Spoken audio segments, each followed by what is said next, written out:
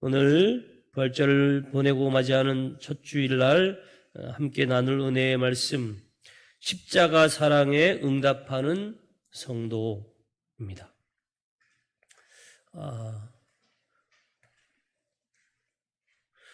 아버지께서 나를 사랑하셨다. 그리고 또 그 사랑으로 나도 너희를 사랑한다.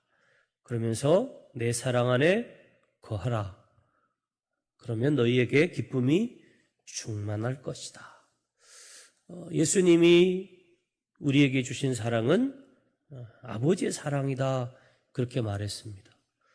결국 사랑의 근원이 어디냐에 따라서 그 사랑이 전혀 다르게 효과를 나타내고 또 적용되고 그리고 그 사랑의 유효 기간도 달라지는 것입니다. 사람은 누구나 사랑받기 원하죠. 미움받기를 원하는 사람 없죠. 물론 막 짜증나서 미워 그러지만 그러나 우리 내면에는 다 사랑을 갈구합니다.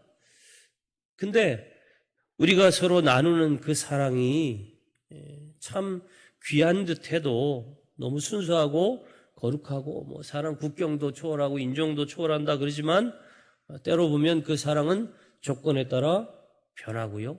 또 기간이 지나면 사랑이 식어질 때가 많이 있죠. 근데 오늘 이 말씀 속에 있는 하나님의 사랑은 전혀 다른 차원의 사랑. 우리가 하나님의 사랑을 완전한 사랑. 우리가 늘 결혼식 때 가끔 그 찬양하죠. 완전한 사랑, 하나님의 사랑. 하나님의 사랑은 완전한 사랑이에요. 그 완전한 사랑이 예수 그리스도를 통하여 우리에게 그대로 전해졌다라는 겁니다. 그러면 하나님의 사랑은 어떤 사랑입니까? 그 완전한 사랑이라고 할 수 있는 사랑이 무엇이냐? 이걸 우리가 알아야겠죠? 하나님의 사랑은 내어주는 사랑. 받는 게 아니고요. 주는데 뭘 줍니까? 자신을 주는 거예요. 성경에 보니까 가끔 선한 사람을 위하여 목숨을 버리는 경우는 있다. 그러나 악인을 위해서 그렇잖아요? 여러분 아주 악한 일을 한 사람들 가끔 TV에 나오죠. 최근에 보니까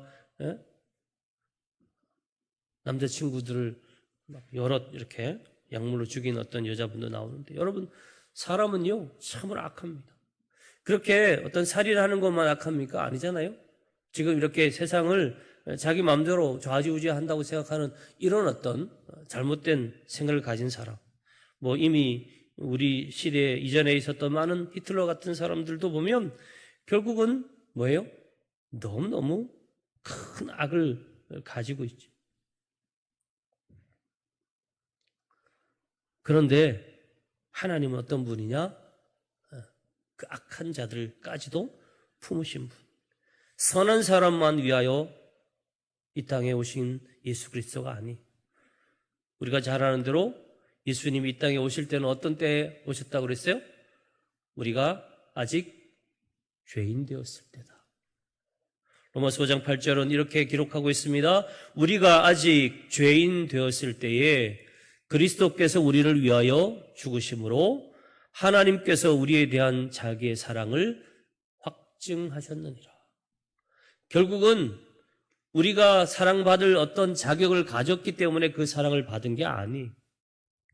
아무런 조건 없는, 아니 도저히 그 사랑에 해당되지 않는 우리를 품으신 것이죠. 그리고 줄 때 뭘 줬다고요? 자기를 내어주셨다는 거죠. 얼마 전에 있었던 그 세계 기독교 대회, WCC 한국에서 총회를 했잖아요. 근데 사실은 다른 지역에 이미 할 것으로 다 사람들은 그렇게 얘기했어요. 근데 한국이 늦게 뛰어들어가지고 유치전을 벌이는데 도저히 안 되는 거예요. 특히 WCC 그 사무총장 세뮤얼 코비아라는 사람이 이미 아프리카 사람이 그쪽으로 다 기울었어요. 그런데 김상환 목사님이 이제 스위스까지 가서 그분 만났잖아요. 그 따로 이렇게 미팅하는데 그분이 물었대요. 왜 명성교회는 에티오피아에다가 그렇게 오랜 시간 수많은 물질과 정성을 들여서 그렇게 큰 병원을 만들고 거기다 의대까지 이렇게 했냐? 그 질문에 우리도 에티오피아에 은혜를 입었지 않느냐?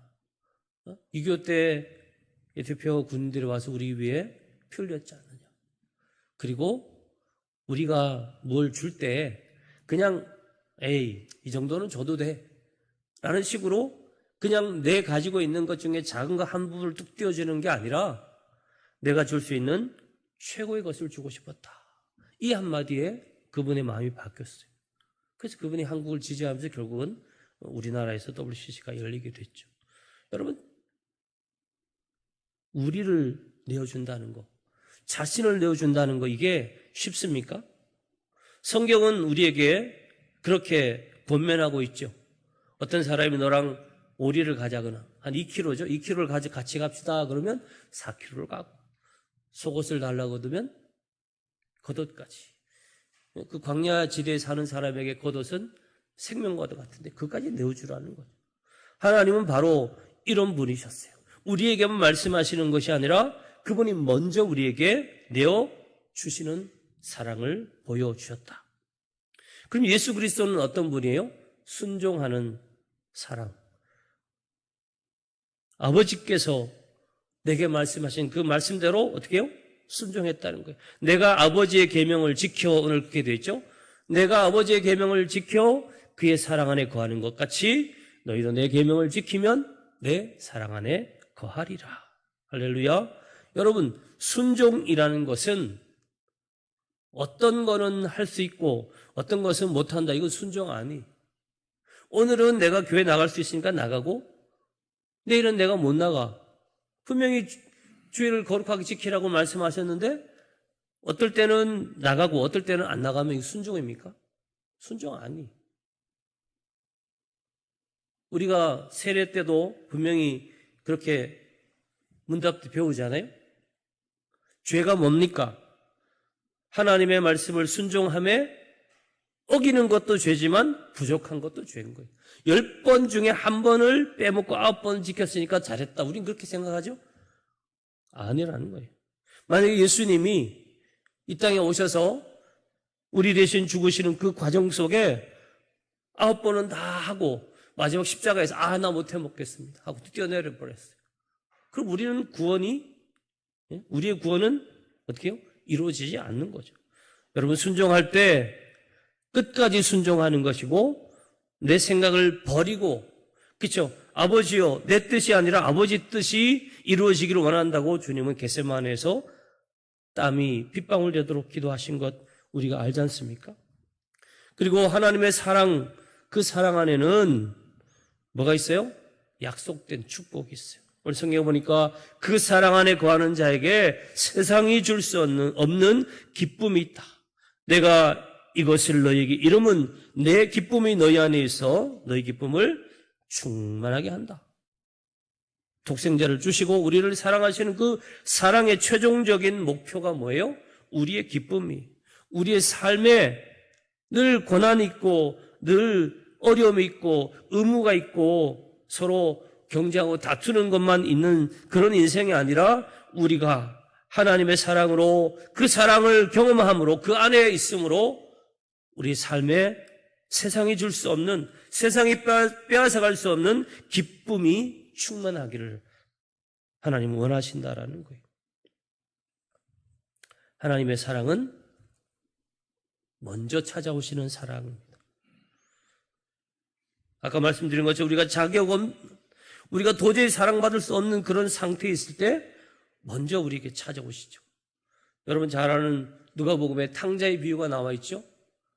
아버지 재산을 허락도 없이 가져가서 허랑방탕하게 다 쓴 그 탕자, 우리의 모습, 우리의 한 부분 같은 그런 탕자를 어떻게 했어요? 아버지는 저 멀리서 마음에 꺼리낌이 있어서 죄책감이 있어서 겨우겨우 한 발 한 발 아버지 집을 향해 오는 그 탕자를 향하여 그저 살 수 있는 곳이 아버지 집밖에 없으니까 이제 아버지 집에 가야 내가 산다. 그런 마음으로 아버지 집을 찾는 그 탕자에게 어떻게 했어요? 달려가죠. 그리고 안아주고 뽀뽀하고 그리고 씻기고 옷 갈아입히고 신발 신기고 반지 끼고 잔치까지 해주는. 이게 바로 뭐예요? 하나님의 사랑입니다. 그리고 하나님의 사랑은 아까 말했죠? 전부를 내어주는 사랑. 조금을 주는 건 우리가 가능합니다.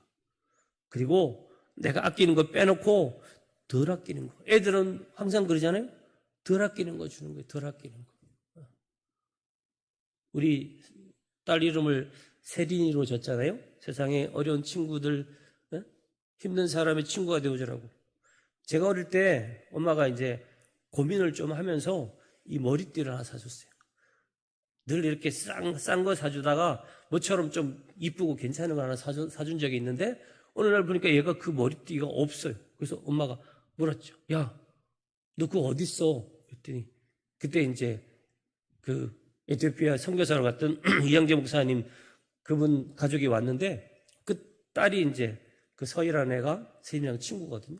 근데 얘가 이제 같이 놀다가 그 머리띠를 자꾸 보고 좋아하는 것 같아서 그래서 줬대요. 그 얘기 딱 듣는데 저는 마음이 너무너무 기뻤어요. 야, 얘가 지가 왜 줬냐? 그랬더니 아니 나는 또 살 수 있지만 걔는 그 아프리카 가면 못 사잖아. 여러분 그런 마음 우리에게 있다면 참 귀한 거 아니겠습니까? 그건 바로 뭐예요? 예수님이 우리를 위해 전부 내어주신 것과 같은 마음인 거예요. 여러분도 한번 언젠가는 좀 작심하고 한번 전부를 내어주는 그런 일을 한번 해보세요. 사실은 별거 아닌데 우리가 아끼는 것들이 의외로 많지 않습니까? 누가 야 시간 돼? 그러면 뭐요? 시간을 따지는 게 아니고 뭐요? 그 친구와 나의 관계를 따지는 거야. 쟤한테 내가 이 시간을 줘야 되나 말아야 되나? 분명히 시간은 되는데도 그 친구가 마음에 안 들면 나 지금 바쁜데? 뭘 좀 줄 수 있어? 그러면 지금 내게 있는 여유가 있다. 이걸 보는 게 아니고 뭐예요? 그 친구가 전에 나한테 뭘 했는지를 카운트하는 거죠. 인간의 마음이 그래요.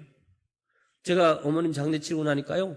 이제 막 동기들 그다음에 뭐 이런저런 친구들 관계에서 부고가 나면 옛날에는 거의 제가 아이고 뭐 시간도 안 되니까 바쁘니까 못 가.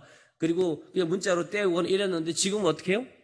예, 그때 내가 받은 사랑이 있다 보니까 나도 모르게 관심을 가지고 보게 되고 뭔가 내가 할 수 있는 걸 자꾸 찾게 되는 나를 보면서 인간은 항상 기브 앤 테이크구나 그런 생각을 많이 합니다. 여러분 그걸 뛰어넘는 분이 누구였다고요? 예수님이셨어요. 하나님이셨어요. 가장 아끼는 독생자지만 사실은 누구예요? 본인이지 않습니까? 본인이 영이니까 본인은 죽을 수 없으니까 몸을 입고 그 독생자 예수 그리스도를 이 땅에 보내신 거 아닙니까? 또한 하나님의 사랑은 어떤 사랑이에요? 끝까지 책임지는 사랑이에요. 보통 우리는 적당히 요만큼 했으면 됐지. 근데 성경은 항상 뭐예요? 오리를 가자 그러면 십리를 2배를 가는 거예요. 전 산상수훈을 읽고 나서 항상 뭔가를 할 때마다 그걸 늘 마음에 새겨요. 누가 와서 뭘 부탁하면 좀 더. 영속교회가 크게 된 많은 이유가 있지만 저는 그 가운데 하나 손님을 대접하는 걸 보면요. 남들이 한 10개를 원할 때 20을 줄 때도 많고요. 어떨 때는 10을 원할 때 50이나 100을 줄 때도 있는 걸 보면서 그렇습니다. 하나님의 사랑을 닮아 사는 사람의 삶은요. 얼마나 행복한지 몰라요. 요한복음 13장 1절에 하나님 그 예수 그리스도가 세상에 있는 자기 사람들을 사랑하시되 끝까지 사랑하시더라. 이 말씀을 참 좋아요. 이제 내가 하나님 나라로 다시 갈 때가 되니까 어떻게 했어요? 나 이제 할 일 다 했어. 그리고 그냥 쑥 가시는 게 아니라는 거예요. 끝까지. 하나님이 우리를 보면서 그래, 너 그럴 줄 알았어. 너 좀 잘하더라. 근데 그게 오래 안 갈 줄 알았어.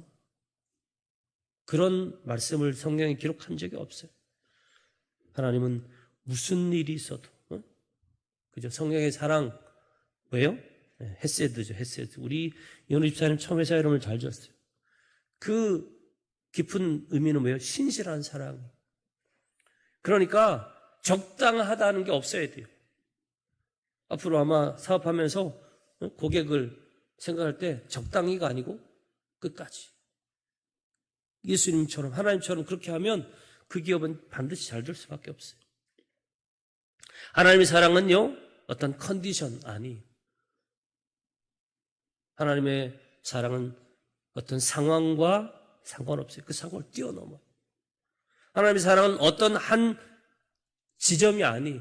모든 온 세상 그리고 모든 인류를 향하여, 그리고 하나님의 사랑은 시간적으로 한순간이 아니 뭐예요? 영원히. 그래서 하나님의 사랑은 영원한 사랑이에요. 예수님은 우리에게 그 하나님의 사랑을 이어받은 예수님은 뭘 주셨어요? 대체할 수 없는 가치를 내주셨어요. 예수님이 가진 그 능력 일부분만 줘도 되잖아요. 그죠?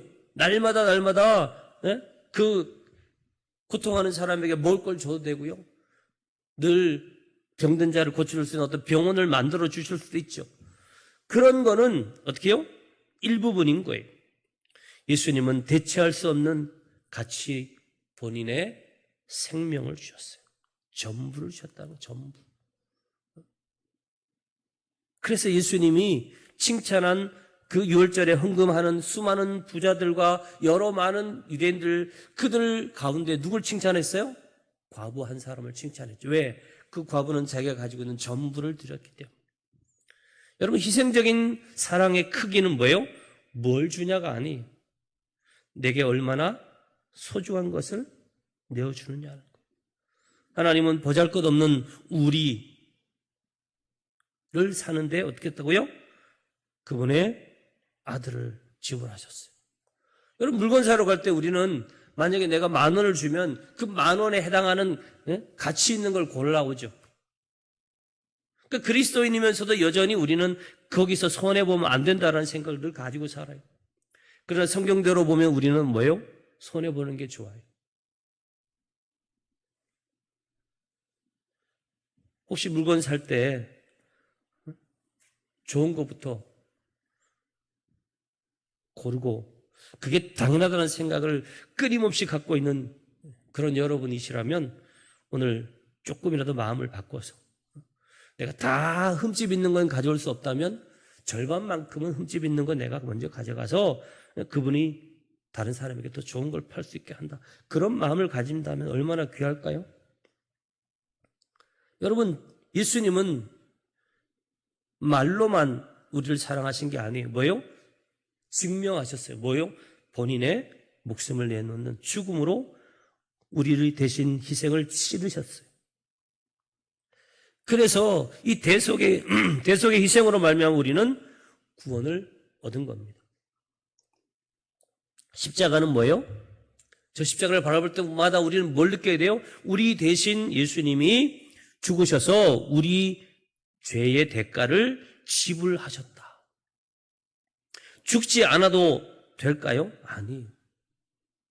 하나님은 온 인류의 죄를 위해서 독생자 예수 그리스도를 죽이셨죠. 여러분 잘 아는 그 리더스 다이제스트라는 잡지에도 실린 실화가 있잖아요.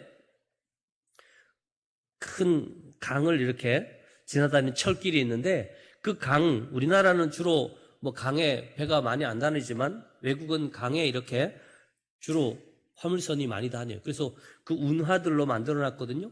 그래서 이렇게 다리가 열렸다가 닫혔다가 하는 그런 시스템이 많죠. 그러니까 배가 지나가니까 이 다리를 이렇게 들어 올렸단 말이에요. 근데 저쪽에서 기차가 와요. 그래서 이 사람이 어떻게 해요? 그 다리를 다시 이렇게 내려야 되는데 그날따라 자기를 따라온 아들이 어디로 가는지 안 보여. 근데 막 찾다 보니까 걔가 어디가 있어요? 그 기관실 안에, 그 다리를 내리고 올리는 그 기관실 안에 얘가 가서 놀고 있는데 보니까 기어에 이렇게 얘가 껴있네. 다리를 내리면 어떻게 돼요? 자기 아들이 죽고, 이걸 그대로 두면 기차에 탄 그 수백 명의 사람들이 죽거나 다치게 되겠죠. 그때 이분은 잠깐 기도합니다. 어떻게 하는 게 맞냐? 그때 하나님께서 나를 위해 예수 그리스도를 죽이신 엘리 엘리 라마 사박다니 절규하시는 그 예수님에게 침묵하셨던 하나님을 떠올리면서 결국 그 레버를 내리고 어떻게 해요? 많은 기차에 탄 사람은 무슨 일이 있었는지 아무도 모르게 그냥 쑥 지나갔죠. 근데 그분은 처절하게 울부짖으며 자기 아들에게 갔는데 이미 그 아이는 그 톱니바퀴에서 끼어 죽었던 거죠. 여러분, 대가 없이 우리가 구원받았다고 생각하지 마세요. 주님이 우리를 위해서 죽으셨어요. 처절한 희생을 우리 대신 당하셨다는 거 꼭 기억하십시오. No cross, no crown, no pain, no gain. 예, 우리는요 반드시 우리 대신 죽으신 예수 그리스도 때문에 내가 살아있다는 거를. 그럼 우리는 어떻게 응답해야 될까요? 오늘 십자가에 응답하는 성도의 삶이라고 제목을 붙였는데, 그럼 우리는 어떻게 해야 될까? 그럼 우리도 예수님을 닮아서 나를 내어드리는 삶. 첫 번째는 하나님께 늘 예배자로 거룩한 산 제물로 나를 드리는 거예요. 그래서 내가 내 삶의 주인이 아니에요. 내 주권을 누구에게요? 하나님께 다 맡기는 거예요. 내가 하고 싶은 대로 하고 내가 원하는 대로 가고 내가 원하는 결정을 하는 게 아니라 뭐예요? 하나님이 원하는. 그래서 사형리에 나와 있는 것처럼 내 인생의 의자에 누가 앉아 있어요? 내가 아니라 하나님이. 내 인생의 핸들을 내가 원하는 대로 트는 게 아니라 하나님이 원하는 대로 트는 거죠. 두 번째는 계명에 순종하는 사람. 너희가 나도 하나님의 계명을 순종했기 때문에 그 사랑이 어떻게 해요? 하나님으로부터 출발된 그 사랑이 그대로 전달되었어요. 근데 우리는 가끔씩 뭐예요? 그 계명이라는 단어만 해도 아주 계명 너무 딱딱해. 아이들에게 기차가 달리는 기차가 어떨 때 가장 행복할까? 그림을 그려보라고 했더니 많은 아이들이요 기차가 그냥 막 풀로 물로 하늘로 막 이렇게 달리는 그림을 그렸다라는 거예요.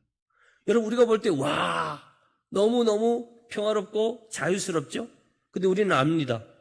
기차라는 존재는 레일 위에 있을 때 제일 자유로워요.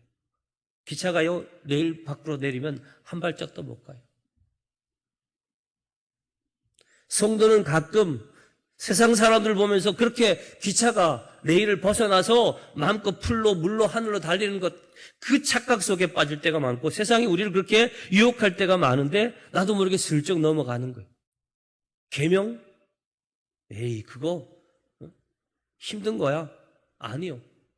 여러분의 삶에 계명이 있다는 거 얼마나 귀한지 아십니까? 제가 여러 번 말씀드렸지만 제가 명석교회 있을 때 늘 새신자 교육할 때 10계명을 가르칠 때 첫 시간에 꼭 그럽니다. 이 계명들은 우리를 위하여 하나님 주신 거예요. 이 계명을 지키는 그 순간 우리에게 얼마나 많은 은혜와 복이 있는지 우리가 그걸 지키면서 어떻게 해요? 아는 거죠. 그렇지 않아요? 우리가 밤을 새는 것보다 밤에는 자고 낮에 일하는 게 얼마나 건강에 좋습니까? 맞죠? 그리고 공산주의자들이 하루 쉬는 거 이거 없애라. 더 능률을 얻기 위해서 열흘 일하고 하루 쉬어라. 이렇게 막 바꿔봤다 그러잖아요. 아무런 인간의 방법으로 다 따져봐도 거기에서 더 효율적인 게 나오지 않더라는 거예요. 하나님 만드신 반드시 6일은 일하고 하루 쉬는 것. 하나님의 나를 기억하는 것. 내가 원하는 대로 먹고 마시고 내가 원하는 대로 가서 놀고 이러면 행복할 줄 알죠? 어떻게 해요? 훨씬 더 많은 문제가 우리 삶에 생긴다는 거예요. 계명을 지키는 것은 죄를 가볍게 여기지 않는 거예요.